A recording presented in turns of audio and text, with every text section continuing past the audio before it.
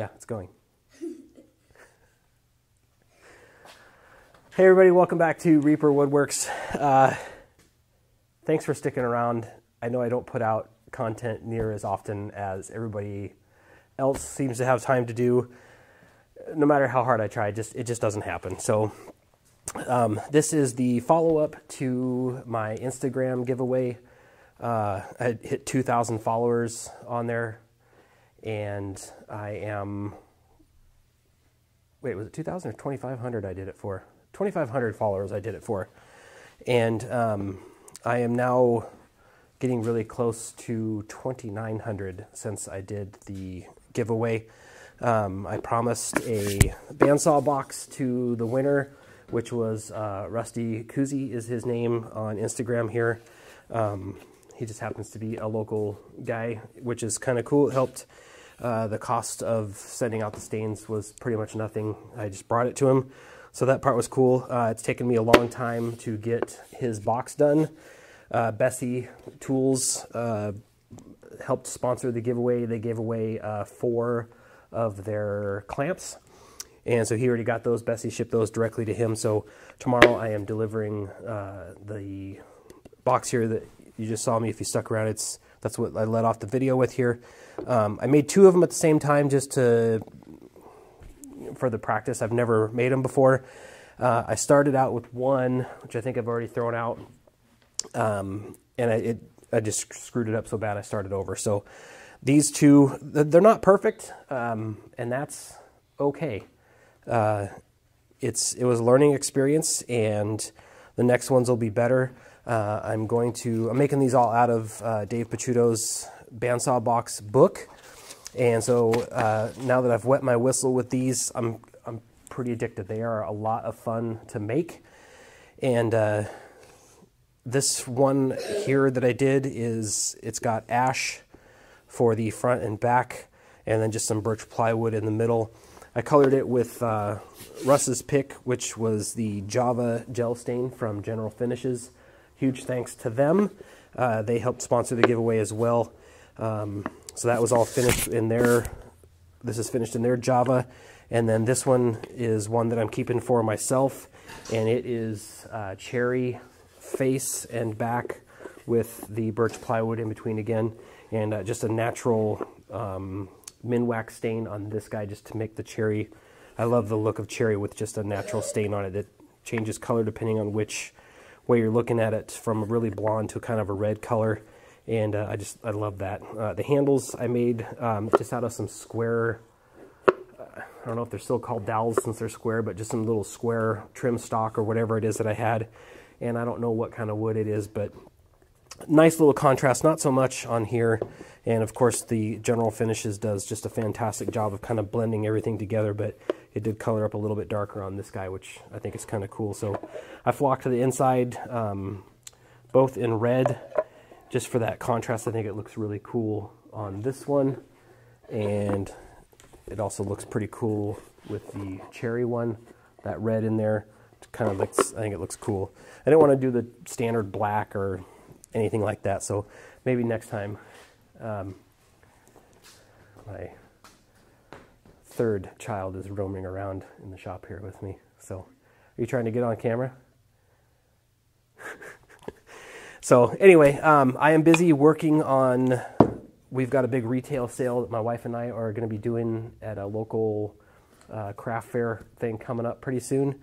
So I'm starting to hammer out some smaller items I can use for that. Presently, the only thing I've gotten done is I made a whole bunch of these business card holders. I stole the design off somebody else online. I'm not proud of it, but I did it, so who cares? The damage is done. But anyway, I tore down some pallets a long time ago, and I ended up getting some mahogany and maple out of that pallet, which is kind of a cool score. So these ones I just did a natural stain on them as well. I wish I'd have been paying more attention when I tore the pallet apart, because I did it in such a way that I didn't get a whole lot of wood out of it, but some of this maple is bird's eye, which is kind of cool. I don't know if it'll show up good on there, but that little piece on the front there's got some bird's eye maple on it. So those are the first thing that I've gotten done for the sale. I am down to almost a month away from the sale, and I have a ton of stuff that I want to get done. So I'm going to try and video that. I'm going to make one of the barn door consoles that I made a while back to sell, and then just some step stools and some benches, because they'll be nice quick projects that I can batch out here in the shop over the next month and get those sold. And I'm hoping that's going to drive some more commission work my way to kick off 2017. The sale is the 2nd and 3rd, and then I'm going to take the rest of December and I'm going to try and get a big project done for my wife for Christmas. And I will be busy getting that done, but I'm pretty sure I can get it done in time for her. So that's my goal for what's coming up. So I wanted to take a quick second to acknowledge some fellow YouTubers that have been inspirational to me for one reason or another over the last few months now, in no particular order of how much I like them or their work or anything like that. But first person on my list is Bill Livolsi. He has a YouTube channel. I'll link to that down below. And he also does Maker's Hustle, the podcast, with a couple other people, Amy and Jeff. I can't remember their last names, sorry. But if you're into making of any kind, their podcast is fantastic. They just finished episode 12, and every week they hit on some other different topic that is applicable and beneficial to makers. Super inspiring, just of what needs to be done and kind of help keep you focused as a maker, which is cool. Bill makes some good stuff on his channel, and he has good tips and ideas and things like that. Next is Eloy S Cojido from S Cojido Woodworking. Gotta be one of the most positive people that I've ever seen. Our interactions have only been over social media, but just a cool dude. He makes cool videos. He makes cool products. Just a neat guy. Give his channel a look if you don't already. I'll, again, link down to him below. And last but not least is the ever-amazing Andy Berkey.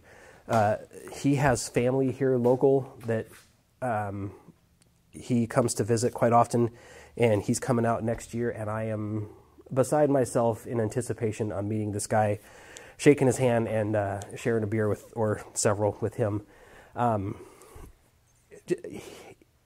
His outlook on things is, I mean, just mind-blowing. If you listen to any of the podcasts and interviews that he's been on, he's seen a lot, he's done a lot, and it shows.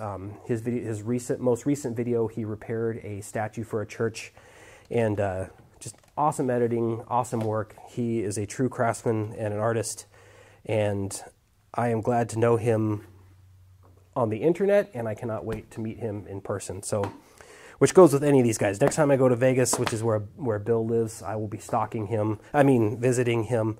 And Eloy, I think you're in Florida. I don't plan on ever going to Florida. Too many bugs. It's hot, it's sticky, whatever.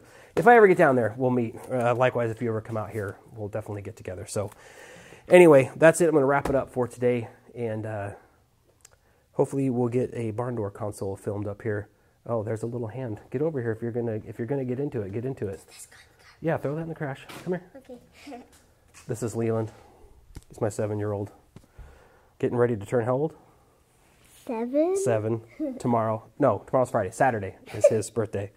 He'll be 7. So he's number 3 of 4, with his mohawk almost grown out from soccer. So anyway, that's it. Thanks for watching. Take care. Bye. Thanks.